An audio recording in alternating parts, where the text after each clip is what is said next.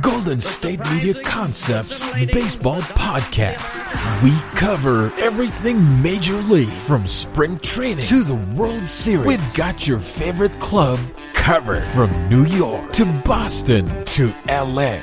This is the Golden State Media Concepts Baseball Podcast.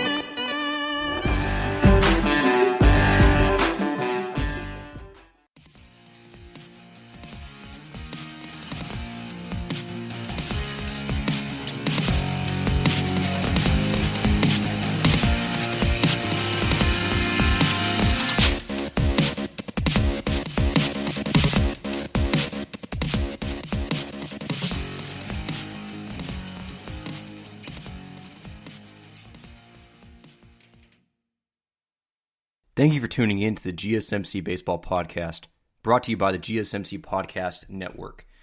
And today, we have one hell of a show for you.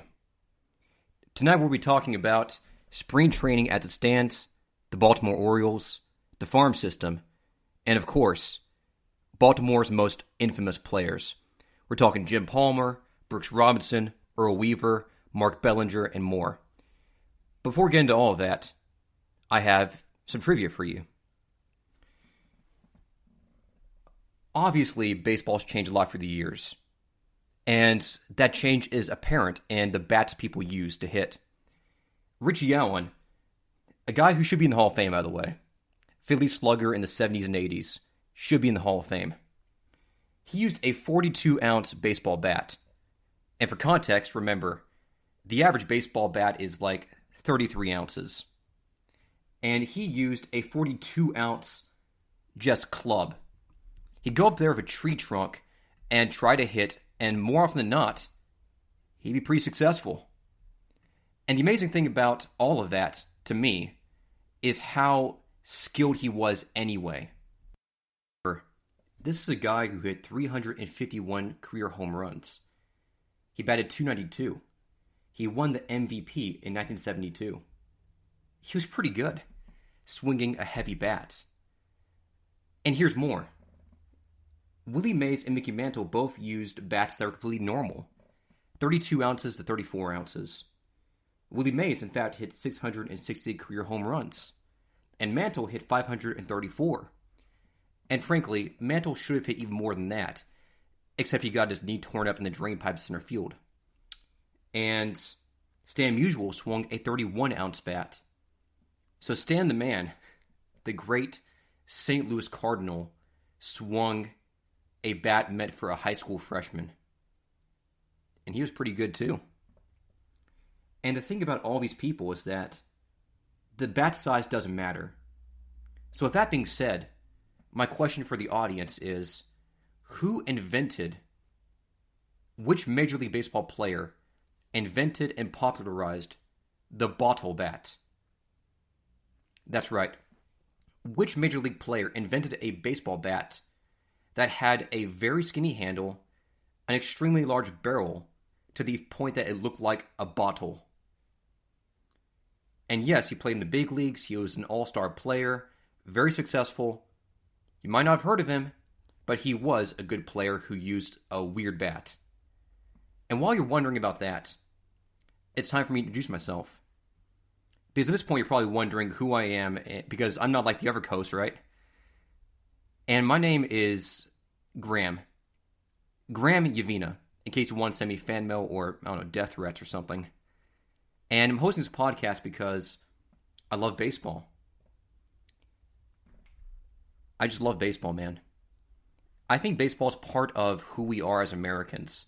When you watch a game, when you eat a hot dog, when you see someone hit a home run or turn double play, you sort of forget all the things that are going on in the world. And in a year where so much has happened, with the pandemic and Zoom and schooling, it's nice to take a step back and to focus on the things that make us happier as people. And I think family and baseball do it for me every time. So I love baseball. And for the record, I am an Arizona Diamondbacks diehard fan. I was actually born in Tucson, and I just loved Arizona baseball. I remember I watched Randy Johnson play, I watched Curt Schilling, I watched Luis Gonzalez, This is back when they were winning in 2001. And even though I was a child at the time, I remember the excitement and the energy that Tucson felt when our team, our state team, was playing so well. Now, of course, if you've been following along, we haven't done that well in a while. The Diamondbacks are kind of in a tough position. We have, I think, the 5th overall pick next year, which is pretty scary, because it means we didn't do very well this past year. But we'll get to all of that. And my segment today is going to focus on, first, the overall state of spring training baseball. Who's doing what, who's hot, who's winning, the standings, to prepare you for the season coming up ahead. Opening day is just a week away. Just a week away. And I never thought we'd ever get to that point. Like last year, I didn't even watch baseball. Like once I started turning on TV and I'd see that there were just cardboard cutouts in the stands and players wearing masks and there's nobody. You hear a crack the bat and it would sound like a cannon going off because no one was watching the game. That's not baseball. And I didn't pay much attention last year. I figured that I'd come back when baseball was back, when America was back. And now here we are. And I gotta tell you, I am really excited for the season. I'm so excited that I signed up with the Hostess Podcast too. And my hope is that by doing this as a hobby, by learning about baseball and podcasting, hopefully some people who share my enthusiasm will tune in and listen to me. Or just spend the time with me virtually in these days of Zoom and online podcasting. So if you love baseball, then I love you right back. Let's get into it. So spring training, of course, has been going on for about a month now. Pitchers and catchers reported early in February, and now it's late March. By the time I'm filming this, it's Wednesday, March 24th. The podcast should be up by March 26th on Friday. And right now, the Kansas City Royals are surprisingly doing the best. They're currently 13-6 with a .684 winning percentage. They have a plus 20 run differential, which means that they scored 20 extra runs than they allowed. So if you score 3 runs in one game and you give up only 1, your run differential is plus 2. And it's an indication of how well you were outscoring your opponent. And by the looks of it, they're doing pretty well. So they played 19 games, 13-6, and their differential is plus 20, which means that they've scored on average about 1.05 runs extra per game. Now, that seems kind of thin. I don't have any statistics to back that up, but I would have thought they'd be closer to maybe 1.5 or 2 to be safe. And of course, these games don't really matter, so it's not like anybody cares about how the Royals are doing right now. But it's interesting. Now, the last 10 games they've played, they've only gone 4-7. You know what's weird? I'm looking at this on ESPN.com, and it says that their last 10 are 4-3. Does that include off days? Because that's only 7 games. I digress. But they're playing okay right now. They're not too hot. A hotter team right now is the Cubbies. The Chicago Cubs are now 12-7. They've also played 19 games. They're 1 game back of the Royals. And even though they've lost 2 straight games, for the past 10, they're 5-3. Their differential is only plus 11 right now, so I'm not sure what's going on there. But they're winning games, and we love to see that. And by the way, these are for the Cactus League. So there's 2 spring training sites that I'm sure you know of.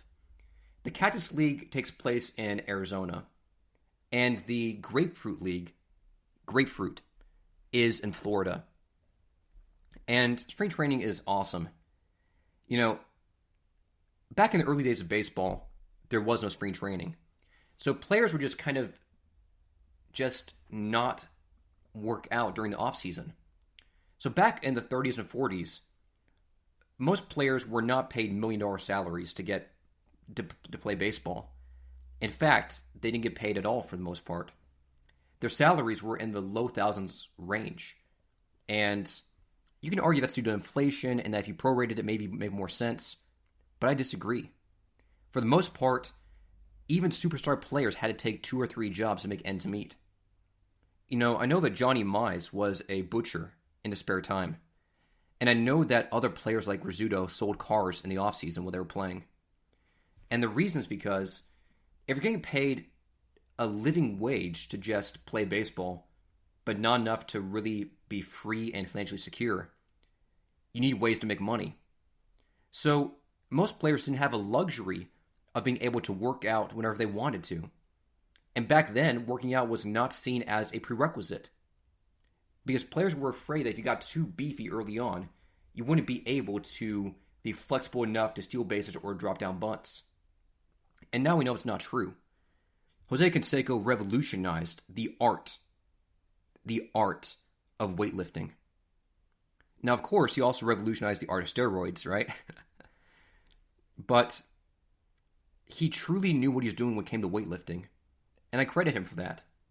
Because now everybody weightlifts. I went to some podunk high school as a third string first baseman. Right? I'm like 5'7". I was playing first base for a high school team. And even I lifted weights. I was in the weight room pumping iron with a little pink dumbbell. And even I lifted weights because everybody knew at that point how crucial, how vital it was to be strong and agile. And we learned that there's not a trade-off between speed and power necessarily. You can do both.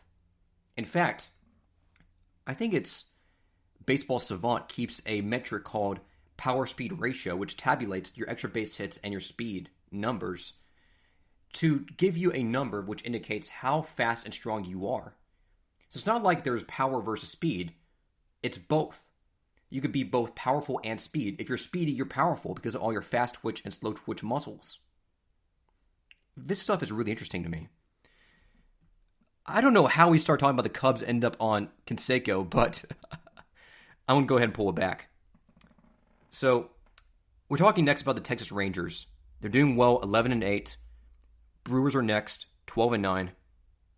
Which surprised me. I thought the Brewers would be doing better. The Mariners are 10-8. Dodgers are 10-8. Oakland A's are 11-9. Los Angeles Angels are 11-9. Colorado Rockies are 10-11. And this is where we start dipping below 500. The Giants are 9-10. Good. I don't like the Giants. The Padres are 9-11. The White Sox are 8-10. And my Diamondbacks, my team, are 7-11. Which is just ouch. That's like St. Louis Browns levels of dominance. They have a run differential of -8. Lost last 3 games, right on schedule. Now, interestingly, the Cleveland Indians are now 8-15. I wonder if trading Clevenger and Lindor is going to hurt them or not. Probably. Probably a lot. And lastly, the Cincinnati Reds are now 6-15. I know the Reds got rid of Trevor Bauer, and maybe that's got something to do with it, but that's got to suck. And they've given up a run differential of -35, which means that if they've played 19 games, they're losing games by an average of 2 runs. That's pretty scary. I mean, that's not good at all. Like, the Royals were +1 run differential, the best, second best, I should say, in the Cactus League, and they're -2 per game. That's pretty bad. In any event, that's a Cactus League. And by the way, as a kid, I went to all their games. I remember when I was like 9 years old, I was a student at this Catholic middle school in Tucson. And one day my dad pulled me out for a sick day, or so he said. My dad's a doctor, he didn't, no one cared. And they took me out of school, and we went to go see the Diamondbacks play the White Sox. I remember that the Diamondbacks were playing the White Sox, and it was like the bottom of the ninth. And there's a runner on third base named Dave Krinzel. And Dave Krinzel was a pinch runner who had been entered in the game for that reason. It was a tie ball game. It was like 2-2, 1 out, run on third base. So they put in a pinch runner Dave Krinzel to score the winning run. And Krinzel was a first-round draft pick several years ago, I think from the White Sox. So now Krinzel's playing for Diamondbacks. He's on third base. The White Sox, part of me, are actually up by 1. So the Diamondbacks are trying to tie the game up and send to extra innings. So the batter, I think it was Joe Creedy, hit a fly ball to right field. The guy backed up, pounded his glove, sprinted, caught it, and Krinzel just took off like a shot. And the throw came in, 1 bounce, 2 bounces. The catcher grabbed it. Krinzel slid in, and he got tagged out. Game over. And that's one of the games that I remember vividly to this day. I must have been like 9 years old. That game was 12 years ago. And I still remember perfectly what happened. And that's why I love baseball, because those memories unite us. The memories of watching Krinzel getting thrown out like a jerk when I was 9 stick with me far more than learning about trigonometry ever did. And making memories with my dad in Tucson at that game means the world to me. Anyway, in the Grapefruit League, the Yankees, of course, are 13-7, the Bronx Bombers. And y'all, I like the Yankees. Maybe it's because I saw them play in 2001 in the World Series, but I like the Yankees. Good team. Now, they're definitely not the underdog. Like, there's no bonus points for being a Yankees fan because they're expected to win. But still a good team. The Marlins, and I love this, are now 10-5. Number 2. And the Marlins, man, they're dynamic. They've got some good talent. I like the Marlins. Good team. And by the way, the Marlins Stadium is the nicest stadium I've ever been inside. If you're in Miami, check out the stadium. It's just crazy. Like, it's very clean. They've got Cuban sandwiches. They've got good food. They've got just a vibrant stadium. I know they took down all the green stuff, and now it's just a blue field. Like, the sculpture of the Dolphins and stuff in center field doesn't exist anymore. But I still like it. It's a great stadium. Go check it out. Excellent food, by the way. Good job. The Blue Jays, 13-8. Red Sox, 12-8. Which is funny because the Red Sox had a bad year last year, so they've turned things around. I guess getting rid of Mookie, maybe they can still recuperate from that. They have a lot of depth in the outfield. The Mets are 10-8. Nationals are 8-7. The Braves, I guess they're in my market because I'm in Alabama at the moment, are 11-10. The Pirates are 11-10. The Cardinals are 7-7.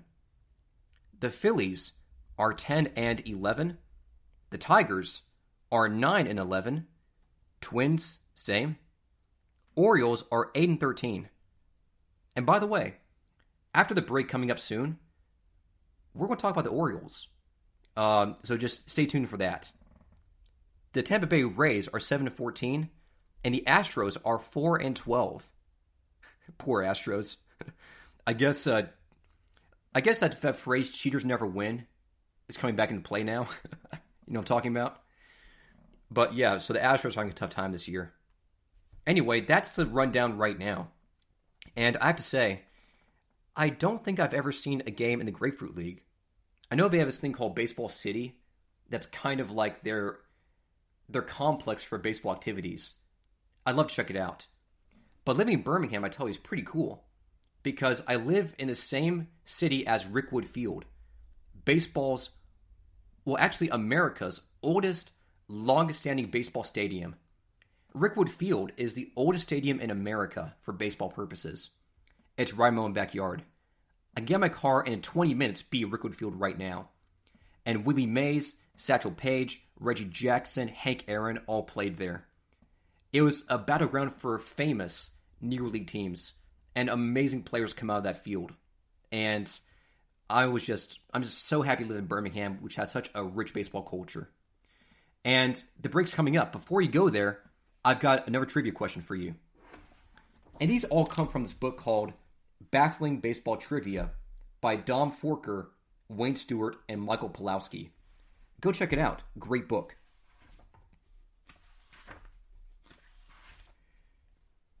Okay. So, Mike Trout is at the plate, right? Mike Trout. And he's crowding the plate again, like he always does.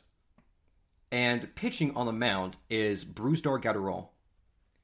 And the pitcher comes set, kicks his leg up, and throws one of his 98-mile-an-hour sinkers right down the middle of the plate. And even though the pitch is in the plate, it somehow hits Mike Trout. So here's the question. If the pitch is in the strike zone and the batter still gets hit, does he go to first base or is it called a strike? Answers and more after the break. Coming up next, we've got Baltimore Orioles, a rundown, we've got the farm system, and we've got the history of the Orioles' most famous players. Check it out only at the GSMC Baseball Podcast. Thank you.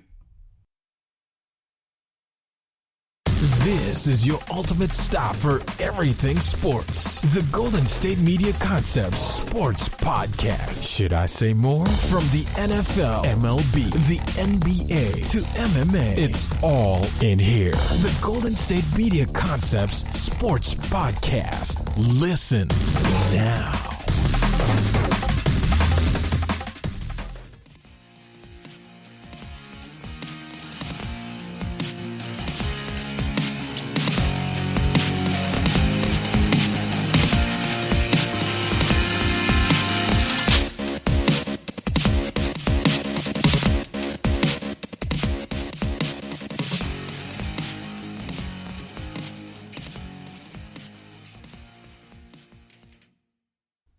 Guys, I need to apologize. Before the break, I actually gave you 2 trivia questions and failed to answer the first question. This is my first podcast, after all, go easy on me. But I wanted to let you know that the first question was, as a reminder, who invented the so-called bottle bat? And what I'm talking about is this baseball bat that a real player, an actual Major League player, invented that was just dumbfoundingly odd. Like, the bat was tapered so strongly that the end of it, where you held it by the handle, was so thin that it looked like the neck of a bottle. And the bat itself, because it had to balloon quickly to get to a normal position, it looked like a fungo bat. It just didn't look like a real thing. But one player, who was actually decent at his job, did that exclusively and did pretty well. This guy batted .292 for his career. He had 180 stolen bases, OBP of 373, OPS plus of 118. So with his weird bat, this guy batted 18 percentage points better than league average for a career WAR of 48. I'm talking about this guy named Heine Groh. Yes, that's right. Heine. And I know he's got a real name. I think his name's Paul or Keith or Brian or something normal. But Heine Groh was his name. He was born in 1889 in Rochester, New York, which is where my aunt lives, actually. And he died in 1968. But he played for, I think, 16 years or something for mostly the Reds. He played a little bit for the Giants, the New York Giants, actually, not the football team. The Giants before they moved to San Francisco. He played mostly as third baseman, although Baseball Reference says he also played second base. And the story behind his bat was, in 1912, Groh was playing for the Giants as utility backup infielder as a 22-year-old. And being young, he wasn't particularly good. He batted .271 for that year. And this is at a time where batting average is supposed to be a lot higher than that. And his manager, John McGraw, told him that he should try to find a different bat because his barrel was pretty small on the bat he was using, just a toothpick out there. He was hitting extra bases, he was hitting home runs, he wasn't a threat. So John McGraw, who is in the Hall of Fame right now for his prowess as a manager, recommended that Groh use a bigger bat with a bigger barrel. But the problem was that most bats that had a bigger barrel also had a bigger handle, and Groh had small hands. Now, stay away from the jokes and focus on the fact that Groh had tiny hands. and he just couldn't get his hands wrapped around the handle of one of the larger bats.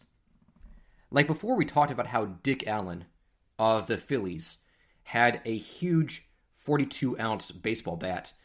I guarantee you that wouldn't have worked for someone of Groh's size. Groh, according to Baseball Reference, was 5'8". Oh, he's like my same size, and 158 pounds. But apparently he was proportional and he couldn't get his hands around the bat.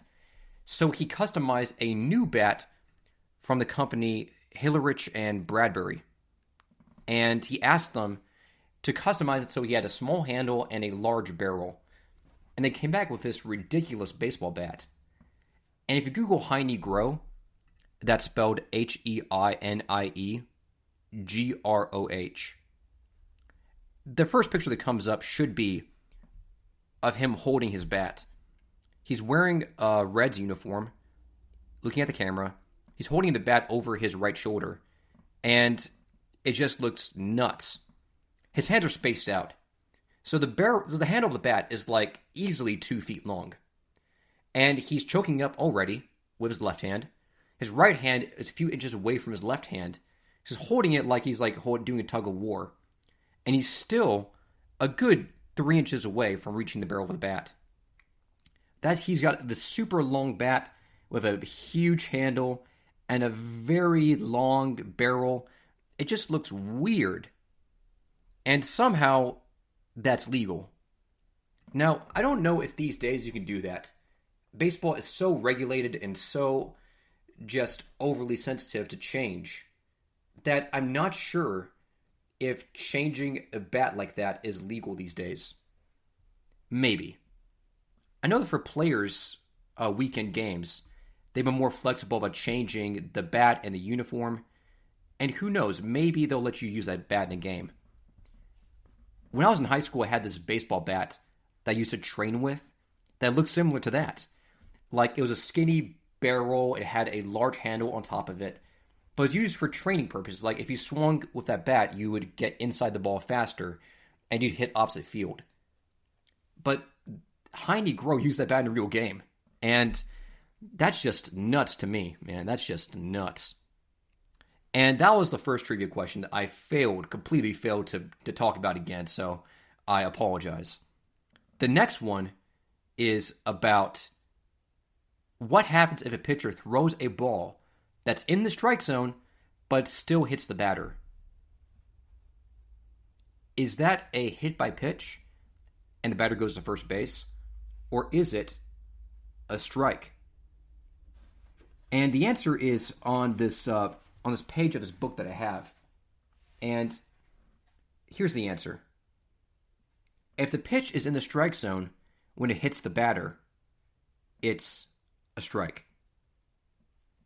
And there are actually 3 conditions for getting hit by a ball and not being allowed to take first base. Because usually that's the rule. Usually, if you get hit by a pitch, the umpire awards you first base. It's like hitting a single. But the only 3 conditions where that can't happen is if, 1, the pitch was going to be a strike before you chose to get hit by it. And that rule is meant so people can't lean in to the pitch. And that makes sense. 2, if you didn't even try to avoid the pitch. Like, if you're standing at the plate and the ball comes in and you don't make an effort to get out of the way, they rule that a ball. Wow. I mean, that seems like a judgment call. Because if I'm batting and the pitcher throws a 90-mile-an-hour fastball at my shoulder blades, you might not have time enough to react. You might just have to tense up and hope that your padding or your fat rules or whatever you got over there are going to be enough to prevent you from being damaged. But the umpire can just decide that if you didn't avoid the pitch sufficiently, then you don't take first base. I think Orel Hershiser or somebody was trying to work on that perfect inning scoreless streak and hit somebody like that, and the umpire invoked that rule under dubious circumstances. So it's controversial. And I would argue it shouldn't even be a rule. And number 3, if the pitch follows a balk with a runner on base, then it doesn't count. So if you're pitching and a balk is called while you're in mid-delivery and your pitch hits the batter, then that doesn't count. Which actually seems pretty fair. Most rule changes are meant to hurt the pitcher, like lowering the mound or adding a pitch clock are meant to hurt the pitcher and add offense. But that's a pretty good rule. I like that. And while we're on the subject, I've got another one for you. And I promise I'll answer this before the break. So here's one. Sparky Anderson of the Tigers is obviously that infamous manager. One of the best in the bigs. So he selects a hitter as his DH. Let's say it's a lefty. And the pitcher is a right-handed guy, and the thinking is that the lefty is going to just add offense that way. Now, in the first inning, there's a grand slam. And by the time that the batter gets around his position in the 8th spot in the lineup, they already changed pitchers. And now, instead of a right-hander, they have a lefty on the mound. So now, instead of righty on lefty, it's now lefty on lefty.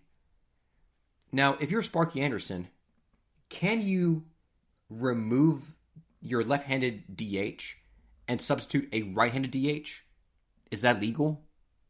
Let me know. And while you're thinking about that, I have to talk about the Orioles now. So, I'm talking about the Orioles because I made a promise. When I first auditioned for this podcast last week, I asked a lot of people in my connections, my friends, my family, my neighbors, for help getting myself started. I asked people around the neighborhood if they knew what was the best microphone, what mixing software they used, if they had anybody who did this for a living, things like that. So even though the podcasting thing for me is a hobby, I wanted to be good at it. So I asked around, and one of my neighbors is this guy named Darren. And Darren he's always treated me very well, and I sent him a demo of me giving my first unofficial podcast to an audience of just myself and my cat. And during the podcast, I kind of clowned around a little bit. And at one point, I sort of trash talked the Orioles. I was like, oh man, this 2-bit team that's never going to win a championship, blah, blah, blah. And Darren just kind of sent me an email saying that he thought it was funny, but it was his team. He grew up in the 70s watching the Orioles. He watched Earl Weaver. He loved Jim Palmer. And I feel like I owe him one. I feel like what better way to kick things off than by burying the hatchet and talking about the Baltimore Orioles. So Darren, this podcast is for you. And I want to talk about how they're doing so far in spring training and their major league roster up to this point. So the Orioles are not off to a great start, to put it mildly. Currently, they're located in Florida right now, in the Grapefruit League, playing spring training, trying to get the season to start. They're 8-15, so not doing great. And I believe that this year they have the number 1 overall pick in the draft. And there's a lot of speculation about who they're going to go with, what direction they want, because right now the Orioles need some serious help. Their major league team is not projected to be very successful, and their farm system has some potential, some legitimate promise, but a lot of question marks too. The same as every team. So I want to go through what they did recently. So last game, the Orioles last night, they played the Rays. I'm doing this podcast on Wednesday, March 24th. I'm guessing this happened on March 23rd, Tuesday. So they played the Rays. And if you look at the details, they lost 4-3. Oh, sorry, I take it back. They won 4-3. They won 4-3. And on the mound, the guy who got the win was Christian Valdez. And Valdez is this Dominican kid. He's big and tall. He's 36 years old. And he throws hard. He throws bolts. In spring training so far, he's got a 1.26 ERA with 12 strikeouts. So he's pitching really pretty well so far. And coming after him was a guy named Dylan Tate. And Tate, I believe, was picked 3rd overall in the 2015 MLB draft. ahead of some really good talented players.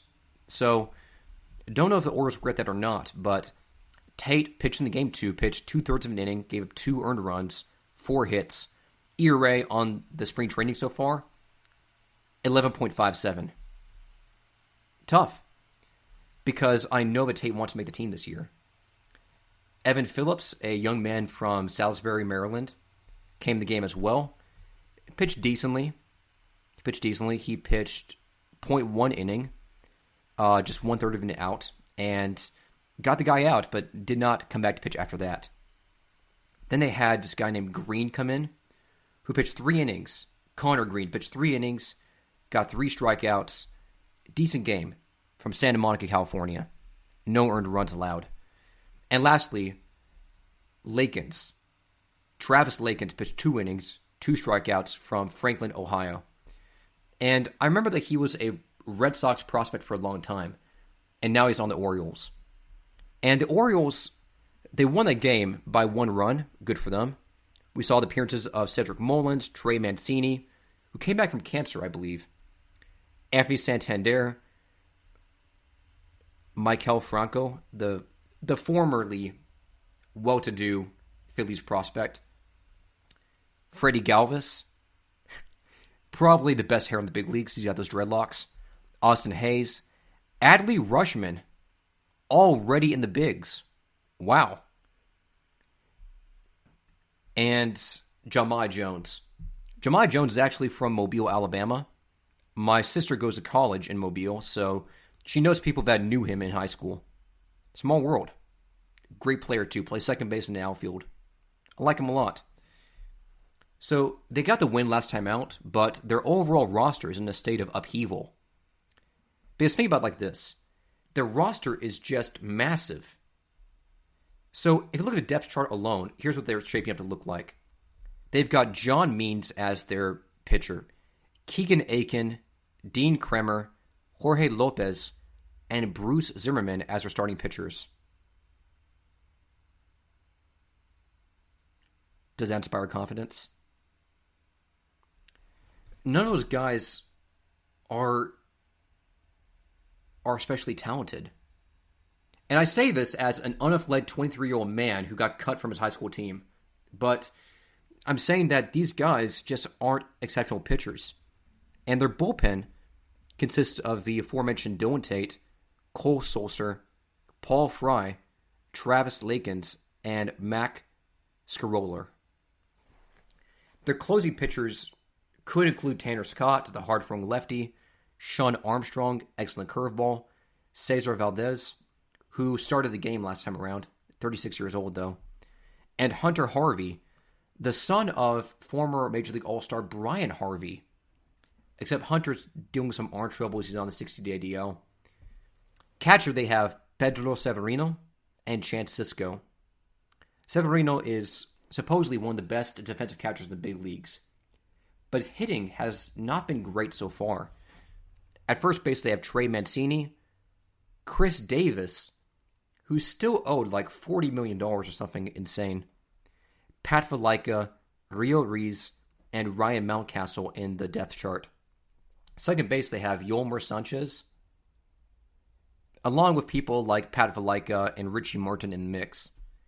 Third base, they have Maikel Franco and Rio Reese holding it down, with Ryan Mountcastle somewhere in the depth chart. Shortstop, they have Freddie Galvis, Richie Martin, and Pat Valaika rounding out the trio. In left field, they have Austin Hayes and Ryan Mountcastle, Anthony Santander, and DJ Stewart. Stewart, I actually like him a lot, but he was an on-base machine at Florida State. But he's on the disabled list right now. In center field, they have Cedric Mullins. In right field, they have Anthony Santander. Seems like the organization really likes that guy. DJ Stewart and Austin Hayes somewhere in the depth chart. And for DH, they're thinking Ryan Mountcastle. So, here's what I think. There's some potential with a lineup here. I think Trey Mancini can hit, clearly. This guy knows exactly how to hit. And obviously, I think that Freddie Galvis is a talented shortstop. Anthony Santander can hit, although his defense leaves a lot to be desired. Ryan Mountcastle, I think, is a great hitter, but his defense at third base leaves something to be desired. And if he wants to transition from DH only to third base, shortstop, his range has to improve. DJ Stewart is a good player, but he's getting older, and he hasn't really put together all his skills at major league level. Austin Hayes has talent, but he hasn't shown it yet. Michael Franco is trying to make a comeback as a third baseman, but his defense is a non-factor, and he's only valuable when he can hit, and he hasn't done that very well so far. Yolmer Sanchez is replacement level, and I think Tanner Scott and Sean Armstrong are good relievers, but only if they keep their strikeouts up and their walks down, which so far they're privy to. The starting rotation just can't compete. At this point, I'm projecting 55 wins, maybe 60 if we're lucky, but they could easily be headed towards a 100-loss season. Now, the good news is that they have talent. Their hitting is on the rise, and I think that if Mancini and Mullins, Santander, Franco, and Mountcastle put it together, they could be surprisingly good. I'm guessing a lower bound of 55 wins and an upper bound of 68 to 70. If they could do that, they might surprise you. Coming up next, I'll tell you the answer to the trivia question we discussed last quarter. We'll talk about the farm system for the Orioles. Who's doing what, the consolidation of the teams, who's on the rise, their prospects. And in the last segment, we'll talk about infamous Oriole players like Jim Palmer and Earl Weaver from the past. Thank you very much, and tune into the GSMC podcast. Thank you. Tired of searching the vast jungle of podcasts? Now listen close and hear this out. There's a podcast network that covers just about everything that you've been searching. Hey! The Golden State Media Concepts Podcast Network is here. Nothing less than a podcast bliss with endless hours of podcast coverage. From news, sports, music, fashion, cooking, entertainment, fantasy, football, and so much more. So stop lurking around and go straight out to the Golden State Media Concepts Podcast Network. Guaranteed to fill that podcast itch. Whatever it may be. Visit us at www.gsmcpodcast.com. Follow us on Facebook and Twitter, and download us on iTunes, SoundCloud, and Google Play.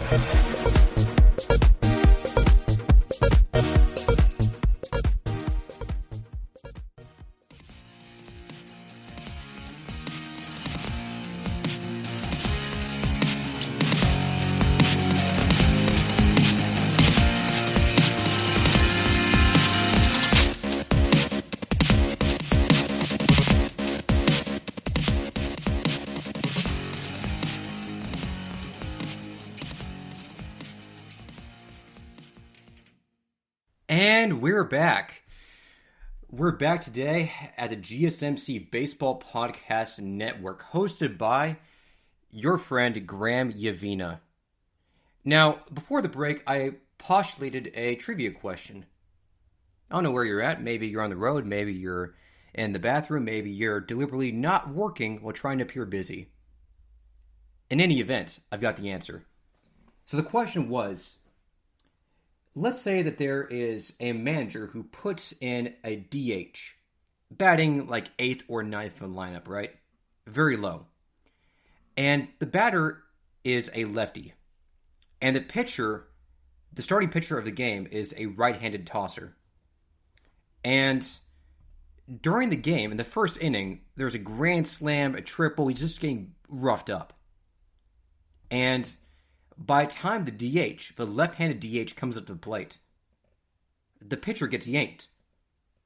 And now, instead of a right-handed starting pitcher, they put in a left-handed pitcher. So now, instead of righty on lefty, it's now lefty on lefty.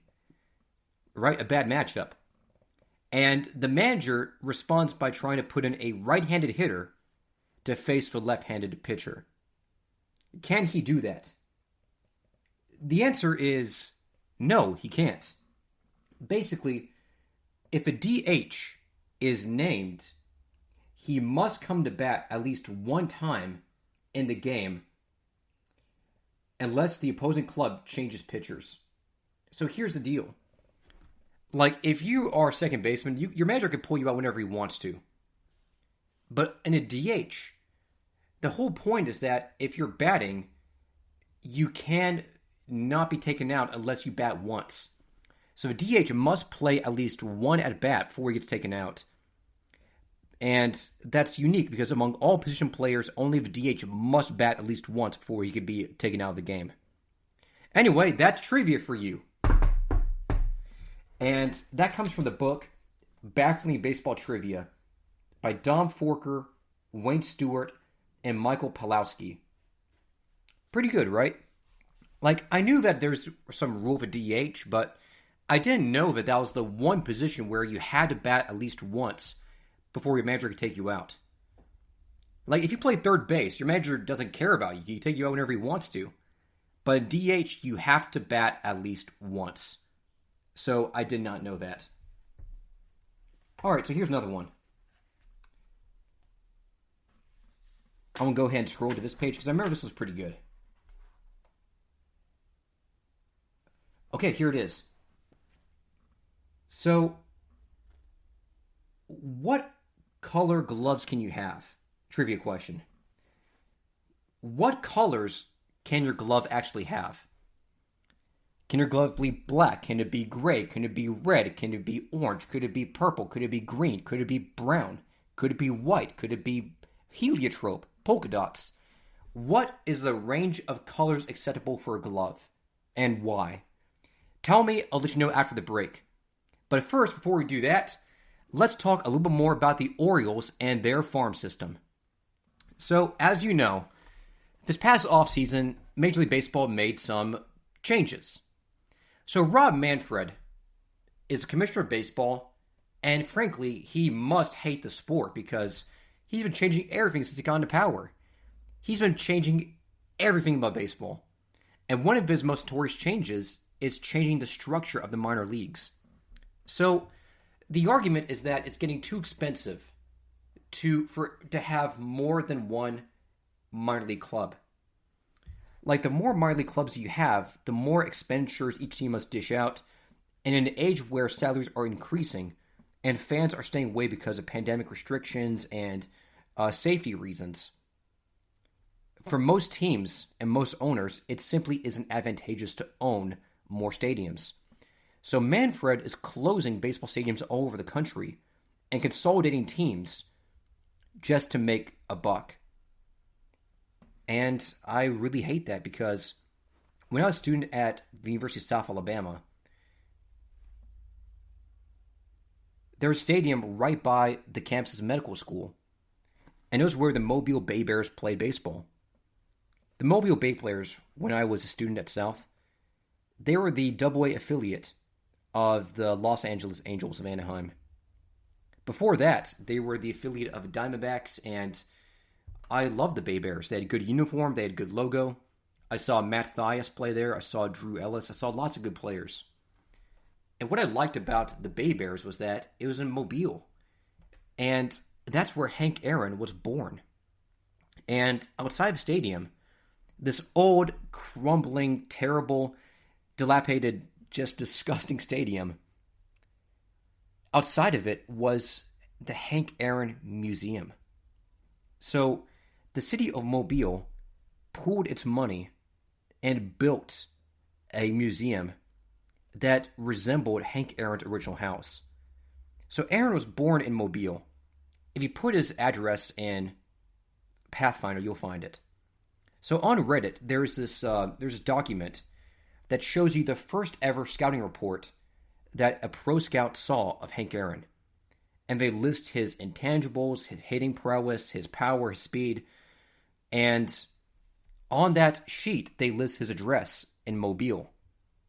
Now, I won't tell you what his address is specifically, but you can find it. You can find it really easily. So on the scouting report, published 70 years ago or something, it will tell you where Hank Aaron's childhood home, when he was 18 years old in Mobile, was.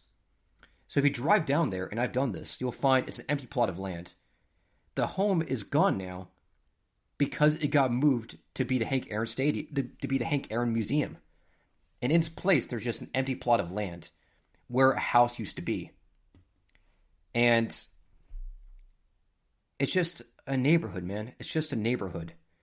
But one of baseball's most iconic players of all time, our true natural home run king, lived where I went to school. And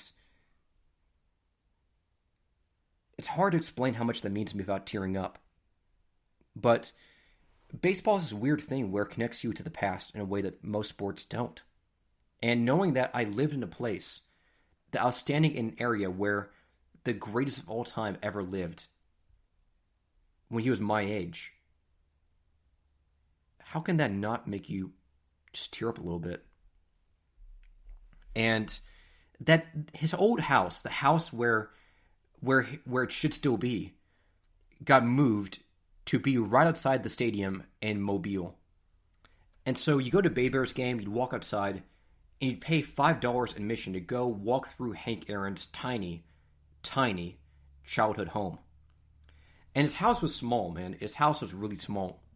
You walk inside, you go in, and you'd see artifacts like, oh, this was his bed, and this is a baseball, and here's a picture of him standing with this guy, and here's his uniform, and here's a picture of him and his mom. You go through the house, the tour would take you like 5 minutes for most people. For me, it took like an hour because I was just trying to absorb everything I could. And when I left Mobile, like 6 months later, the stadium closed down. The infrastructure was getting bad. The city wasn't going to pay for it, and the Angels weren't willing to renew its license, so it just kind of died. And I read on Wikipedia that the Hank Aaron Museum, i.e. his old house, it now belongs to the state. And they're going to figure out what to do with it, and they might just tear it down. They actually might just tear it down and sell it for parts. I don't blame them. Because that's how math works, right? Like, if kids these days don't care about Hank Aaron, and if they don't want to go pay to see his museum, it's not making enough revenue, then there's no reason to keep it. And technically, his relatives are all dead, so the city owns his house. So I get that. But it still makes me sad that baseball, which I think is just an undeniably good thing for the world, stadiums are disappearing because of money. Because of something as trivial and as stupid and flighty as money. Like, whoever said that money doesn't matter was a dummy. Because it does matter. Now they're closing up his old house because people just don't care enough to go see it. So that's over. And I wish to God I got more often because I think that I owed it to him just to pay him some respects. Anyway. So Manfred passed some new laws deciding which teams could and could not open new stadiums. And he's trying to consolidate, right? Close some stadiums, open new ones, and just simplify the farm system for every team. So, a few things changed for the Orioles. Their Class A teams were reduced to 2 levels, High A and Low A. Before, they had a short season baseball team, and now that doesn't exist anymore. They also used to have a spring training, not spring training, they had a summer league. A summer league for recent draftees. I know Diamondbacks had one called the AZL. So if you were drafted by, I don't know, like out of college, and you were still raw, you'd go play in the AZL for a season, and then they move you up to A-ball the year afterwards, and that was the plan. So short season American League Baseball is now out of the picture. So now they have 6 teams. They have the Norfolk Tides in AAA. That's still there. I've heard that Norfolk is beautiful, actually. I knew one kid from Norfolk when I was growing up, and she said that it was just a nice city in Virginia. And coincidentally, that's where Justin Upton was drafted from. Justin Upton, the first overall pick, I think in 2005, was from Norfolk, Virginia. Good player. Also a Diamondback. And in Double-A, there is the Bowie Bay Sox. I know it's Bowie, but I want to pronounce it like Bowie. And I know I shouldn't, but I just keep, the urge is there. The problem with like seeing words written down on a piece of paper is that if no one says them out loud, then you're kind of on your own to pronounce it correctly. And when you inevitably get it wrong, then people will mercilessly mock you. Like when I was in college at Auburn University, War Eagle, I was with my roommates, Tanner and Josh, and Edward too. Edward, you know who you are. And I was saying something, and I was like, "Yeah, man, that's total fox pass." And Tanner was like, "What?" I was like, "A fox pass." And they were like, "Did you mean faux pas?" And I was like, "How do you spell that?" Fauxpas. Yeah, fox pass. No, it's a faux pas. And I have those moments all the time because if no one says those words out loud, you're just kind of on your own. And I know anyway. It's Bowie Bay Sox, and they're located somewhere in Prince George's Stadium. So it's called Georges County, Maryland, and it's pretty close to, I assume, Baltimore in the Chesapeake Bay region. And the funny thing is that my mom went to college at Baltimore. She went to Johns Hopkins, great school. And it's a really good school. She's really proud of that. She went to one game at Camden Yards. My mom went to one game at Camden Yards, and she talks about it all the time. So I love you, Mom. And in High A, the Consolidated League, there's now the Aberdeen Ironbirds. And that is still in place. That's located in Harford County, Maryland. Wow, they're all in Maryland. That's pretty good. Then in Low A, there's the Delmarva Shorebirds. And they're still there. They've been around for a while. And previously they were in Class A. Now they've gotten downgraded to Class Low A, which is smaller. Never heard of them, actually. Then, in the Rookie League, they still have their GCO, Gulf Coast League Orioles, and they have a foreign league there too. And that's it. So, definitely they're trying to consolidate a little bit when it comes to minor leagues. And I don't really like that change because I know that's going to be a trend. And I hope they don't just eliminate my favorite team, you know? In Birmingham, I live near the Birmingham Barons. They play at Regents Field. It's about 15 minutes away from my house. And if the games weren't so expensive, I'd go there every single time. And I just hope to God they don't take that away from me. Because it's a brand new stadium. You know, they got good uniforms. There's a really nice brewery right next door. I don't want to lose that. And so that's what's going on there. And the prospects, the Orioles have lots of prospects. Their best one is one of the best in the business, Adley Rutschman. Catcher, drafted from Oregon State University, number 1 overall in 2019. His ETA is this year. And remember, the Orioles right now have Pedro Severino as starting catcher. Rutschman could come up right now and be an upgrade. He's 23 years old. And last year, playing for 2 teams, or 3 teams actually, in 2019. So he didn't play last year, he played in 2019, which is pretty common. I heard lots of minor leaguers did not play last year. He batted .254, 4 home runs, on base of .351, slugging of .423. Good on base skills, decent speed, decent average for a catcher. If he develops his power, it's going to be pretty good. And they're projecting that he's going to have a hit tool of about 60, fielding of 65, power 65, arm 60, overall 65. So scouts love Rutschman, and they think he's going to be an addition to the Orioles this year. Can't wait. Then next they have Grayson Rodriguez, a right-handed pitcher. Grayson's from Texas, I remember, and he was drafted in the first round 2018. He's playing right now for the Delmarva Shorebirds, 21 years old. 2019, he pitched to a 2.68 ERA in A-ball, 10-4 record, 2.68 ERA, 20 games started, 129 strikeouts, an average against of 171. So this guy dominated, man. He just took the bat out of the batter's hands. We love that. Their number 3 overall prospect is a guy named Heston Durst. And Heston is 22 years old, drafted number 2 overall this past year, 2020. Number 2 overall. Spencer Torkelson was drafted number 1 by the Tigers, and the Orioles took Heston Kjerstad number 2 overall this past year. He's young and he's raw, but the scouts love him. He hasn't played the game yet in the pros, but he's got speed, he's got some power, he's got some contact ability. I like this kid. I think he's going to be really talented someday. Number 4 and 5 and 6 are getting a little bit worse. D.L. Hall is their number 4 prospect. 22 years old, good pitcher, good command, good fastball. And he's one of those guys who's going to be Major League ready soon, but maybe not dominant.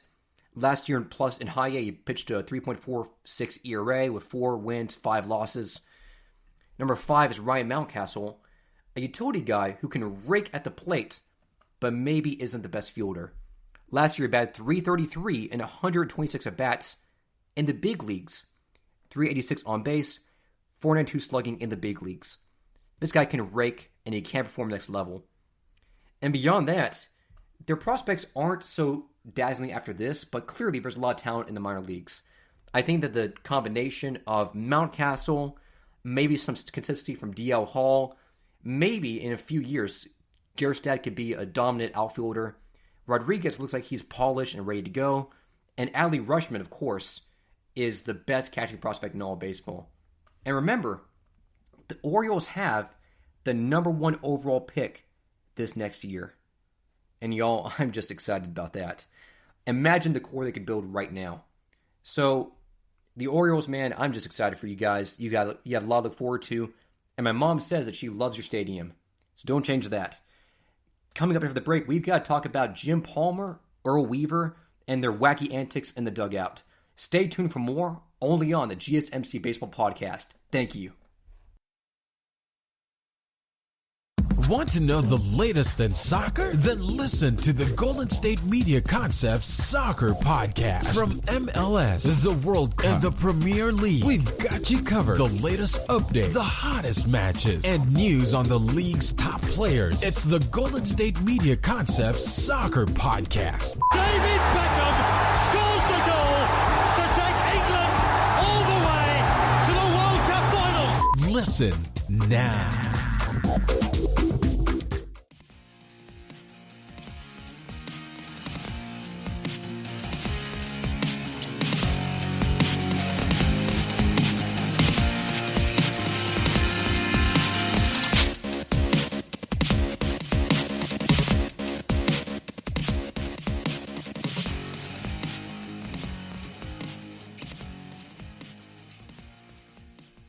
And we're back. Sorry for the delay, but I'm back here. It's your friend Graham Llivina, and this is the GSMC Baseball Podcast, hosted by the GSMC Baseball Network. And folks, let's continue by talking about gloves. The last question I asked you was, tell me about the gloves. What colors can the gloves have before they're illegal? Like, can a glove be blue? Can it be red? Can it be green? Can it be orange? Could it be brown? Could it be black? Could it be white? Could it be purple? What are the rules about gloves? And I can't hear you, but I'm guessing that most people didn't know the answer because I sure didn't. And it turns out that almost every single color of glove is actually legal, save for a few exceptions. So, a glove cannot be white, nor can it be gray. And the reason is because those colors can be distracting to players. I'll get to that in a moment, but a glove can be blue, it could be red, it could be purple, but the stitching, the lacing, the webbing, everything must be uniform in color. So, if you have a glove that's just solid electric blue, that's actually totally legal. It just has to be the same throughout the entire glove. So you can't have like a piecemeal glove where it's like red and then green and then purple and polka dots. You can't have that. But it could be all red, it could be all blue. In fact, I think that Francisco Rodriguez, K-Rod, had a red glove for a while. And I know that Vida Blue, the guy in my example, had a blue glove. And the rule is that it cannot be white or gray. And it's for the same reason that you can't, if you're a pitcher, you can't have a white sleeve on your throwing arm. Because having a white sleeve or a white glove means that the ball is homogeneous and you can't see it come out of the pitcher's hand. So when it's all the same color, it just looks like a blur. And for some reason, baseball thinks that's offensive. So batters, like the MLB keeps lowering the mound. They keep bringing people away. They keep adding pitch clocks. They say you have to pitch to 3 batters now. You can't do double switch. You can't shift. Every rule baseball makes is in favor of the hitter. And this is no different. So you can't have a white glove and you can't have a white sleeve. But you can have a blue glove, but not a gray one. And I just think it's kind of peculiar, you know? I say, I love all gloves equally, man. Let's just legalize all gloves. Let's do it. And that's the trivia I have for you today. I hope you enjoyed it. Again, the book is called Baffling Baseball Trivia by Dom Forker, Wayne Stewart, and Michael Pawlowski. Check it out at your local Barnes & Noble. Folks, we got to talk about Earl Weaver and the Orioles. My good friend Darren suggested that we talk about the Orioles this episode, and I figured, why not? It's the first one. Let's start on a good note. And the Orioles are this team that had its heyday under Earl Weaver. And Weaver was this incredible strategist. I mentioned Jim Palmer during the break, and Palmer, of course, was a Hall of Fame right-handed pitcher. Superior in almost every quality to his contemporaries. Pitched below a 3.0 ERA, first ballot Hall of Famer, extremely handsome. This guy was an underwear model too, and one of the best pitchers of generation by far. But the real genius of his 1970s Baltimore Orioles team was their manager, Earl Weaver. And Weaver was this guy, this curmudgeon, always angry, always scorned manager who believed in statistics like you wouldn't believe in anything else. He loved numbers. And Weaver noticed that in most cases, the team that won the game would score more runs in one inning than the other team would score the entire game. So there are many games where the score is like 5-4, or 5-1, and the team that won the game would score 3 runs in the 6th inning, and that was the reason why they won the game. Weaver noticed that it wasn't like you scored 1 run per inning for 9 straight innings. It was like you had 6 innings where you did nothing, and only 1 inning where you actually produced results.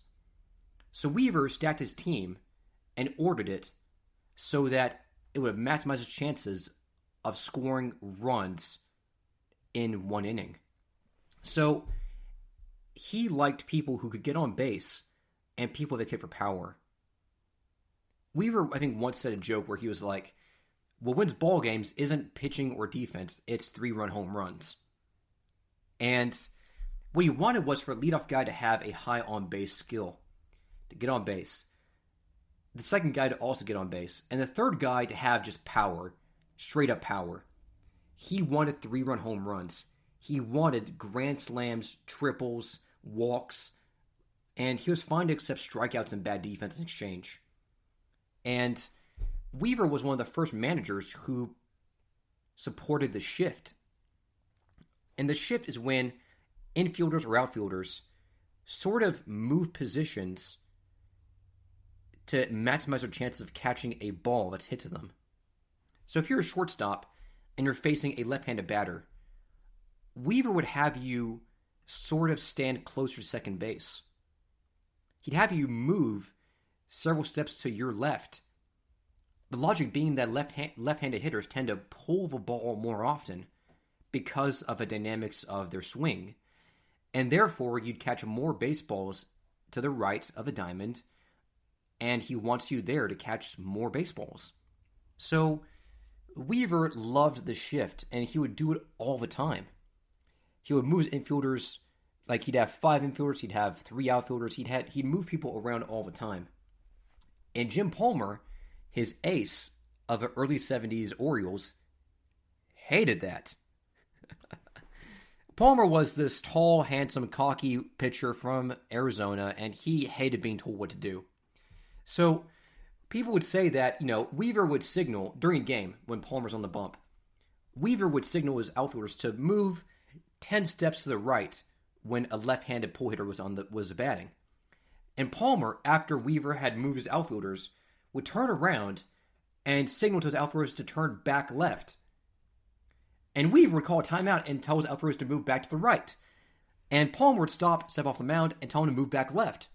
And it was through this constant tug and war and power struggle thing that the Orioles became one of the most successful teams in the early 1970s. And I'm sure Darren, my friend, remembers all of this when he was growing up, because this was a great team. It was like Cincinnati's Big Red Machine. This team that perpetually and consistently executed its mission. The Big Red Machine was all about getting on base, bunts, stealing bases, stretching a single to a double, manufacturing runs. Weaver didn't care about that. He wanted boppers. He wanted guys who'd strike out, walk, and hit dingers. And that's what he wanted. And I like that. He was ahead of his time. Weaver was a thinking man's manager who had no problems with coming out to the umpire and telling him where he could go after a bad call. Weaver was a warrior. He was a scruffy intellectual who belied his intelligence with curse words and profanity. And he was an amazing manager. So, if you don't mind, I'm just going to spend the last 10 minutes of this episode just riffing, just talking about Earl Weaver and some wacky stories about him that I think you're going to enjoy. You with me? So this is from this book called Spitters, Beanballs, and the Incredible Shrinking Strike Zone. It's a book about the rules of Major League Baseball. Like, why are there 3 strikes and not 4 strikes? And this book explains how the rules that we have came to fruition. And I love it. It's a great book. Check it out. It's written by a man named Glenn Wagner with 2 G's. And there's a story about Earl Weaver. And earlier I asked you a trivia question about the DH? Like, is it okay to swap out a DH before he's had one at bat? And the answer was no. And that's because of Earl Weaver. So, the book explains that a DH must be selected prior to the game and must be included on the lineup cards to the umpire. And the DH must come to bat at least once per game unless the opposing team changes pitchers. This could be called the Earl Weaver rule because the Orioles manager sort of exploited this. When the DH was first created back in the 1973, in the heyday of the Orioles dynasty, Weaver was trying to think about how to exploit this to his advantage. And he got in the habit of naming a pitcher like Kershaw or Verlander as a DH, someone that he had no intention of ever using as an actual hitter. And when they got up to the plate, he would swap him out for a real player. You see why this is smart, right? Because if you're sending up a guy who's a left-handed batter to the plate against a righty, and then they swap the guy out, then you send up a real hitter instead. And that's a smart play. And this was back in the time when nobody knew what they were doing with the DH, so people were trying to figure out as they went along. And Weaver just did this all the time. And they made this rule to stop him from just taking advantage of everybody every single game. So one time he penciled in this pitcher, Steve Stone, as the DH against the Tigers in Detroit, and turned in the lineup card. Now, the problem was that Steve Stone, the pitcher, had already gone ahead to Toronto. So the Orioles were in Detroit in a game. The pitchers, like Steve Stone, went to Toronto where the game was next day, to prepare and ice his arm and just relax. So he was gone. And Weaver didn't even double check to make sure that it was viable. So he turned a lineup card with an absentee member of his team. And another time, he said that Tippy Martinez would be the DH against the Blue Jays in Toronto. Now, the problem was that Tippy was in Colorado for a funeral. So Weaver did this multiple times where he'd stack his DH and not even double check to make sure that it was even permissible. But it's legal. It was legal at the time, and now it's not. So that was the rule. He'd used the strategy 21 times in 1979, 12 of them with pitcher Steve Stone. I just think that's just an amazing story. Like, that's how you know this guy was thinking outside the box. And here's another story that Earl Weaver did that I think is just hilarious. So, this is about gloves.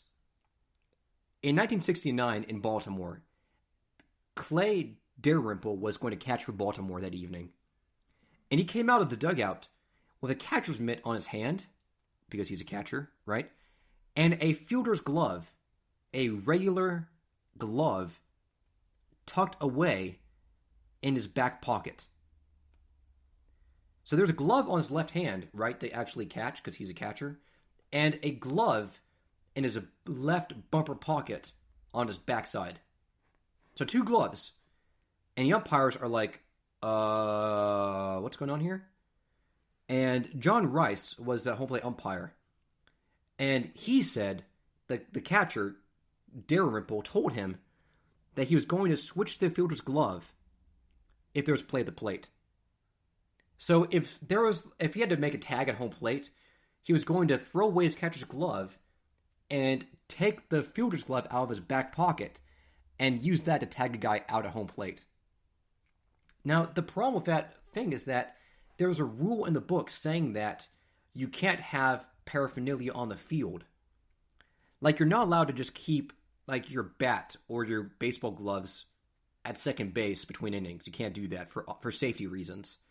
So they're trying to figure out if a player having an extra entire glove, which I don't even know how they can even fit that into a little pocket, was a violation of that rule. So the umpires, John Rice and co., huddled together, consulted for like 20 minutes, and even though they couldn't think of a specific rule that was violating that premise, they still told Dalrymple they could not use the glove until the league office made a decision. So Earl Weaver, of course, was really upset. So he argued, well, if it's not in the rule book, then why rule against it? Why not for it? And he has a point. And so there's a new rule in the rule book that came as a result of that day called Rule 1.12, which says that you're only allowed to wear 1 leather mitt, not 2. You can't have access to another one while you're on the field. And there was another thing that Earl Weaver did. When he was a manager in the 70s, he had this one pitcher named Hoyt Wilhelm, who was a pitcher and a knuckleballer to boot.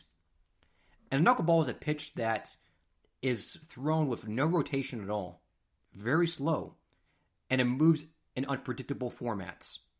So if you throw a knuckleball, you legitimately have no clue where it's going, and neither do the catchers.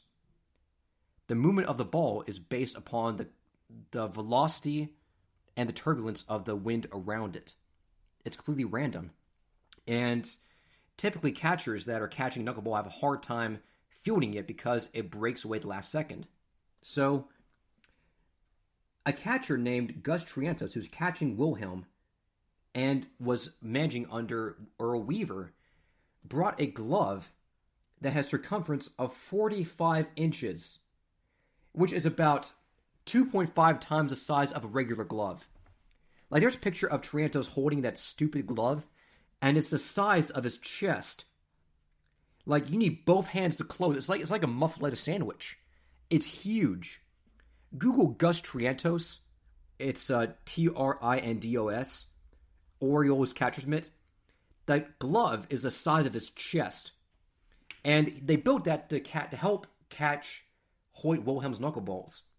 And, of course, that's also illegal. You can't do that because that's a violation of the uniform laws of the rule book. But still, points for trying. And I just thought that was really funny. I think that's just hilarious. And I've got another one for you. This one's from this book called Tales from the Ballpark, from Mike Shannon, who wrote a prelude called Tales from the Dugout, which are both kind of classics of the short stories of baseball. This one's a bit longer, but it's worth it. So Don Kuiper was this player for the Dodgers, and he became a broadcaster later on in life, but as a player, as a second baseman, he had only one home run in 12 years as a second baseman. So he had no power at all. And one day he's in Chicago playing against Steve Stone, the pitcher from Earl Weaver's example. So Steve Stone was Earl Weaver's whipping boy for the DH thing, and now he's pitching against Don Kuiper in Chicago. And Kuiper, who had never hit a home run before his entire life, was batting. And Harry Carey, who was narrating the game for the White Sox radio, was saying, Don Kuiper has never hit a home run in his major league event. Just like that, a crack was heard. That crack was Don Kuiper demolishing a baseball from Steve Stone that landed in the third row, 50 feet inside the right field foul line. And that was the only home run of Kuiper's career. And happened against Steve Stone, the example in my last story. And the teammates, he said, were just excited and pleased. And his teammate, after that at bat, Bill Melton, leaned over and asked Kuiper, "You're not going to use that bat again, are you?" And Kuiper said, "Well, of course I'm going to use that bat. It's my gamer. I just did well with that." And Melton said, "Hey man, if I were you, I'd put that away right now before it gets broken. You may not hit another one. After you retire, it will be nice to have the bat in one piece." And Kuiper said that he never dreamed that he'd hit another home run, and that was a pretty good idea that Melton had. So he took his advice and put the bat away. And to this day, Kuiper still has the bat in his home. And then 2 years later, he's playing against the Orioles in Baltimore, against Earl Weaver. Who else, right? And Kuiper gets a curveball and just crushes it. Just slaps it, goes deep, hits it against the very top of the wall. It bounces into the field, and Kuiper rounds the bases, ends up a triple. Nearly a home run. And the pitcher, once again, was Steve Stone. Imagine giving up 2 home runs to a guy who only had 2 his entire career. That's a bad feeling. So Earl Weaver, at that point, came out of the game and immediately pulled Steve Stone. And Kuiper writes that to this day, him and Steve are friends, and baseball just connects you like that. And that's it for the podcast. My name is Llivina. If you like this episode, please let me know. Like, subscribe, watch all of our podcasts on the GSMC Podcast Network. In the meantime, please check out our ad sponsors. Check out the books I've mentioned. Feel free to come back next week. I'm doing this every Tuesday and Friday. My name is Graham, GSMC Baseball, signing off. Thank you very much. Peace. You've been listening to the Golden State Media Concepts Baseball Podcast, part of the Golden State Media Concepts Podcast Network. You can find this show and others like it at www.gsmcpodcast.com. Download our podcast on iTunes, Stitcher, SoundCloud, and Google Play. Just type in GSMC to find all the shows from the Golden State Media Concepts Podcast Network, from movies to music, from sports to entertainment, and even weird news. You can also follow us on Twitter and on Facebook. Thank you, and we hope you have enjoyed today's program.